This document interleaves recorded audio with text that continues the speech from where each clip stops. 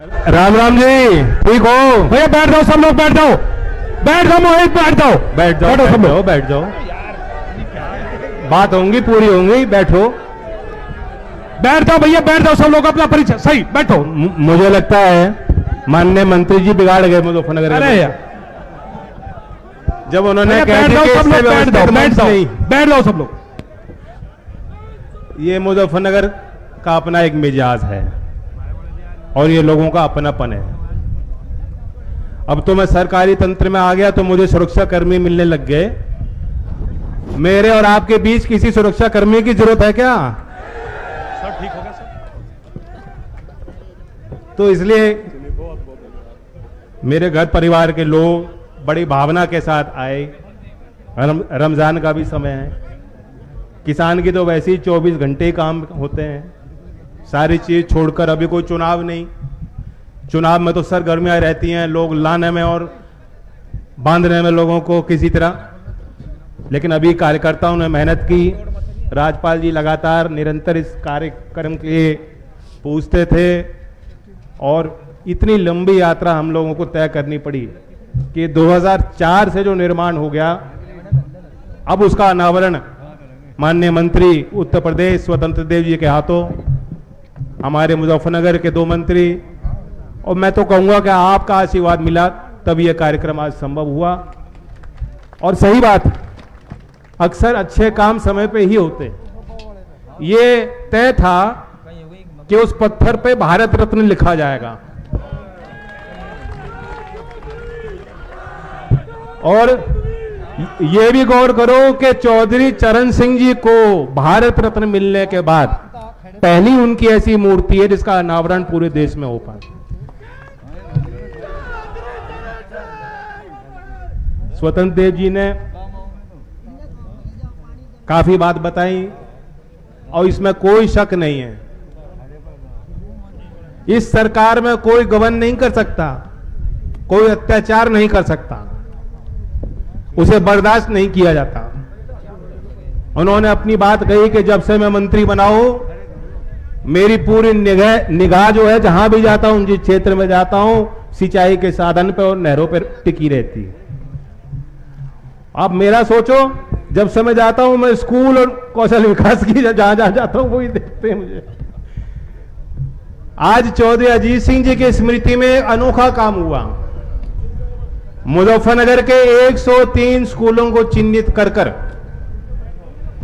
NSDC ने और Pearson group ने, जिसके देश के अध्यक्ष विनय कुमार स्वामी पियर्सन की तरफ से आए हैं, इन्होंने सीएसआर का पैसा लिया।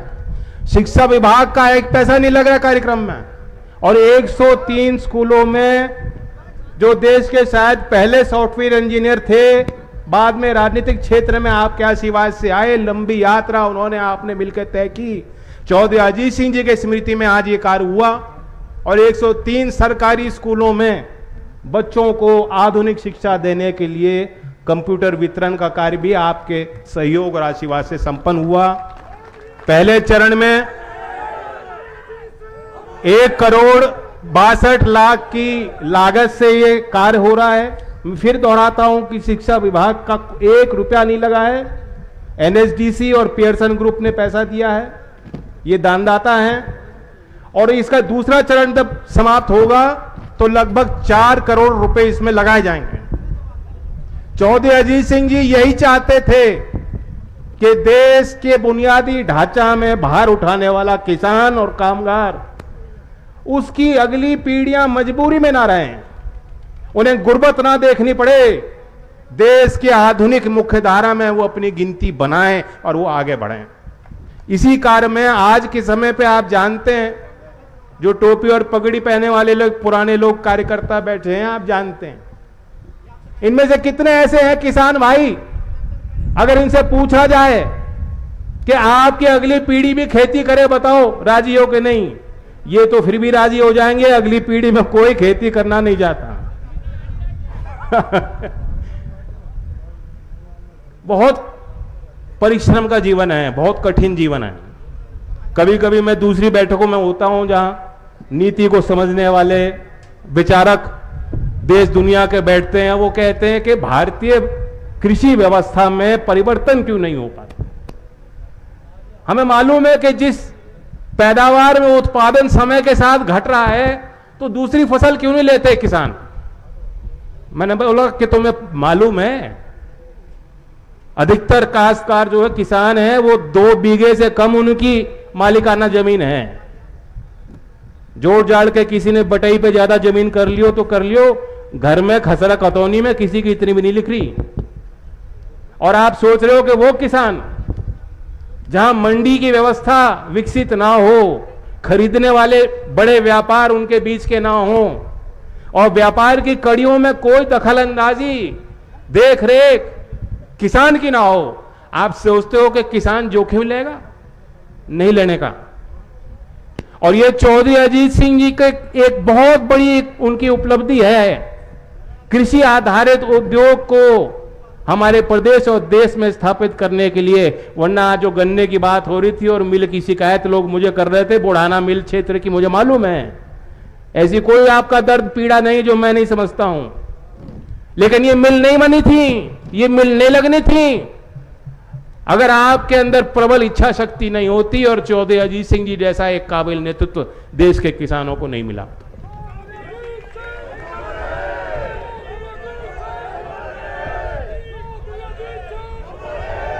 स्वतंत्र देव जी ने एक गुणवान व्यक्ति की खूबियां भी गिनाई और जन भागीदारी भी आपकी तय करी कि सुधार कैसे होगा। ये तो पहचान मुजफ्फरनगर के घर में, हर घर में होनी ही चाहिए जो आपने बात कही कि बड़ों का सम्मान हो, मातृशक्ति का सम्मान हो। आज विश्व स्तर पे एक तारीख भी मनाई जा रही है। अब मैं तो जानता नहीं, स्वतंत्र देव जी शायद 10 रोटी खाते होंगे, मैं तो 2 से ही गुजारा कर लेता हूं। रोटी चटनी मिल जाए और क्या चाहिए, और थोड़ा सा गुड़।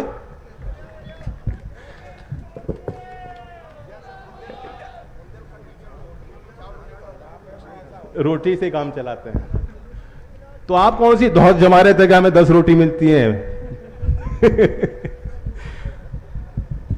आज अंतर्राष्ट्रीय महिला दिवस है और आपने देखा सांकेतिक भाषा में कैसी बच्ची बोल रही है। साथ साथ मैं अभी सोच के कुछ बोल रहा हूं, वो मेरी बोली खत्म नहीं हो रही और वो मेरा ट्रांसलेशन कर रही है। ये कोई साधारण बात नहीं है।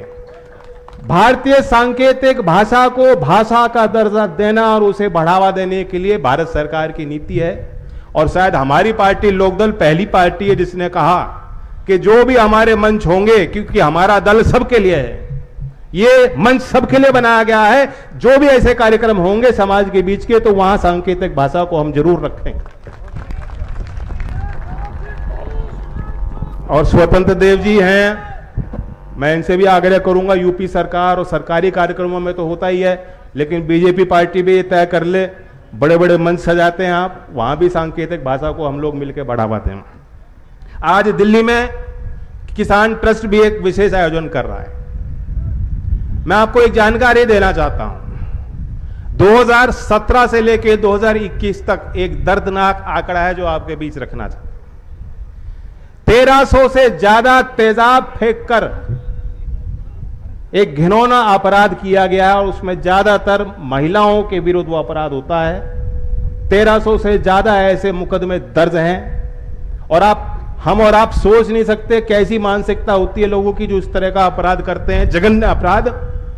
उनकी कोशिश होती है कि तेजाब मैं इस पे फेंकूं, इसका जीवन तबाह हो जाए और बिल्कुल नष्ट हो जाए, चेहरा बिगड़ जाता है, उसके बाद सामाजिक जीवन या किसी व्यापार में, रोजगार में भी वो सक्षम नहीं होती है और उनके स्वास्थ्य पे भी उनको बहुत ज्यादा खर्चा करना पड़ता है, उनका जीवन दुर्लभ।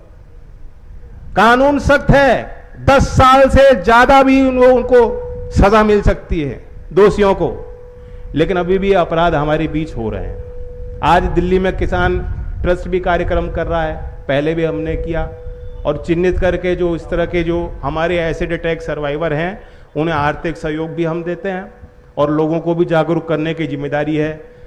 ऐसे अपराध तो हम बर्दाश्त नहीं कर सकते। वो मुजफ्फरनगर का कार्य क्षेत्र कर्मभूमि चौधरी चरण सिंह जी की, जहां माया त्यागी कांड में बड़े पैमाने पे गांव के लोग आगे आए थे और आपने जेल भरने का काम किया था उस आंदोलन को देश की तस्वीर बदलने के लिए, देश की आंखों और नजर के सामने लेके गए थे। ऐसी मुजफ्फरनगर में खड़े होकर मैं कह देना चाहता हूं, आज इस भरी पंचायत में हम निर्णय लें कि एसिड अटैक, इस तरह से महिलाओं के खिलाफ जो अपराध होते हैं, जघन्य अपराध, उन्हें हम बर्दाश्त नहीं करेंगे।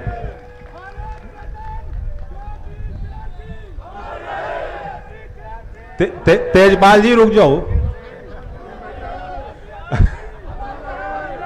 मैं जब इनका नाम लेता हूं और कूदना शुरू कर देते, रुक जाओ। यहां जोला गांव के संबंध में भी राज्यपाल जी ने व्यवहारिक बात कही है, जो उन्होंने मांग कही है। और स्वतंत्र देव जी ने कहा कि हम तो सोचते थे, ये भी मुस्कुरा रहे थे जब उन्होंने कही बात। एक ही बात है, कोई फर्क नहीं है। और ये इनकी जिम्मेदारी बनती है क्षेत्र की के प्रति। जब भी बैठेंगे, बैठक छोटी होगी बड़ी होगी, ये फिक्र नहीं करते। अपने क्षेत्र के 2-4 एप्लीकेशन मुझे भी दे देते हैं और मंत्री को भी देते हैं, तो ये जिम्मेदारी निभा रहे हैं। ये मांग पत्र मुझे भी दिया गया है, माननीय मंत्री स्वतंत्र देव जी को भी दिया गया है, और कपिल और अनिल जी की तो जिम्मेदारी बनती है, ये उनका कार्य क्षेत्र है। मिलकर हम प्रयास करेंगे कि जोला गांव की जो मांग है ये भी उचित है, न्याय संगत है, इस पे हम काम और कार्रवाई तेजी से करें। अब मैं एक बात गन्ने की भी कह देना चाहता हूं।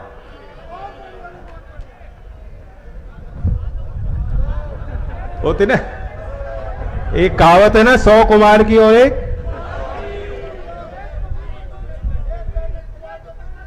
देखिए ये कुछ निजी समूह हैं। एक तो आपको पता है कि हमारे प्रदेश में जो 120 से ज्यादा मिल हैं, 93 उनमें निजी क्षेत्र की मिल है। हमारे राज्य की तस्वीर दूसरे राज्यों से कुछ भिन्न है।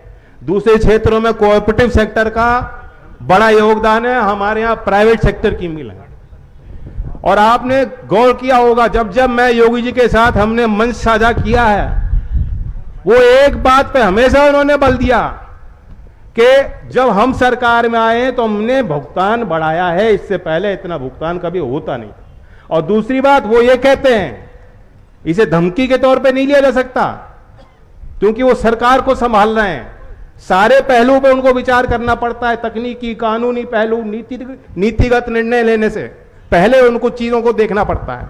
लेकिन हर मंच से योगी जी ने भी, जो प्रदेश के मुख्यमंत्री हैं, प्रदेश की बागडोर उनके हाथ में है, 2 टूक कहते हैं, कोई निजी मिल मालिक ये ना सोचे जहां सरकार किसान के भलाई के लिए कोई फैसला लेगी तो कोई कितना बड़े पूंजीपति उद्योगपति हो, उनकी सुनवाई पीछे होगी और प्रदेश के किसानों की सुनवाई और रखवाली पहले हो। और यहां तक वो कहते हैं कि ऐसी कार्रवाई होगी, पहले तो आरसी भी नहीं होती थी जारी, और जेल के सलाखों के पीछे भी किसी को करना पड़े, अधिग्रहण में करना पड़े, उनके मिल का, उद्योग का, किसान के लिए बेहतर इंतजाम बांधने के लिए ऐसे कड़े निर्णय भी प्रदेश की सरकार लेगी, ये उनका कहना है। एक मैं अपने तरफ से जो चिंता का विषय बता देना चाहता हूं, इसमें कोई शक नहीं कि उत्तर प्रदेश का किसान बहुत मेहनत कर रहा है, अव्वल खेती कर रहा है। पहले दूसरे राज्य की तुलना में खासतौर से महाराष्ट्र के पीछे यूपी चलता, लेकिन कुछ यहां जो 238 वैरायटी आई 10 साल में, 238 जो करनाल में विकसित हुई, और जो वैज्ञानिक जिन्होंने बनाया उनको भी पद्मश्री का अवार्ड मिला है, उसका बड़ा प्रभाव इस क्षेत्र में पड़ा है। लगभग 30 से 35% जो किसान हमें बताते हैं, किसान का अनुभव बताता है, 30 से 35% पैदावार जब से वो वैरायटी आई, विकसित हुई, वो पद्धति विकसित हुई, आपको लाभ मिल रहा है। लेकिन अब पिछले 1.5-2 साल से अब देखें, अब उसमें भी रेड रॉट आना शुरू हुआ, और हमारी जिस हिसाब से रिकवरी बढ़नी चाहिए, पैदावार बढ़नी चाहिए, इस बार वो फसल को देखते हुए मुझे ये यकीन नहीं हो रहा। आगे और हमें परिवर्तन लाने की जरूरत पड़ेगी। मैं अपील करता हूं, यहां प्राइवेट इंडस्ट्री को भी कहता हूं, क्योंकि आप इसमें इन्वेस्टेड हो, यह आपका कार्य क्षेत्र बंधा हुआ है। सरकार नीतिगत किसान की राय लेके मिल का क्षेत्र बांधती है, और वो मिल की जिम्मेदारी बनती है कि किसानों के साथ बेहतर पद्धति को बनवाने में, उसे कारगर बनाने में, प्रभावी बनाने में, लैब से लेके फार्म तक ले जाने में, कृषि विज्ञान को स्थापित करने में सबसे बड़ी जिम्मेदारी, अहम जिम्मेदारी मिल की है और इंडस्ट्री की है। अब सरकारी संस्थाएं, हमारे वैज्ञानिक इस पे शोध करें, नई चीज, नई पद्धति विकसित करनी हो तो करें, और किसान अपने पुरुषार्थ के बल पर जो पहचान है क्षेत्र की रही है, मैं ये उम्मीद करता हूं कि गन्ने की मिठास भी किसानों को मिलेगी और आपके आर्थिक तरक्की और प्रगति में उस फसल का बड़ा योगदान रहा है और आगे भी निश्चित रहेगा। बाकी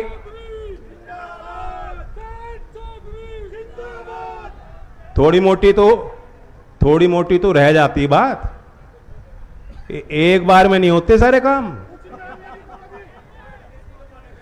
आपने बेहद मजबूत किया है, हम सब लोग इस लायक बनाए हैं कि हम आपके सामने मंच पे खड़े हैं।